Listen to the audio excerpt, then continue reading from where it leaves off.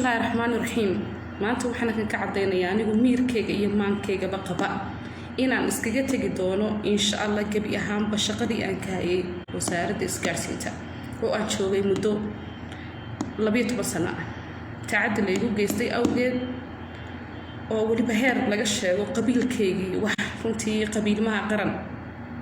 been abuur badan oo weligii arag 10 sano in ka shaqeynayay 12 sano ku dhawaad maanta waxaan arkay ay tahay waxaan weligii arkin oo la igu yiri xataa adigu Ciise ayaa Hargeysa u soo shaqo doonatay door qof igu yiraahdo Ciise weligii intaas soo joogay wasaaradda maanta koor maan arkin runtii reer artigay waan ku soo dhex qoray intaas ku leekaaday manaan jeclayn qabiil runtii waliba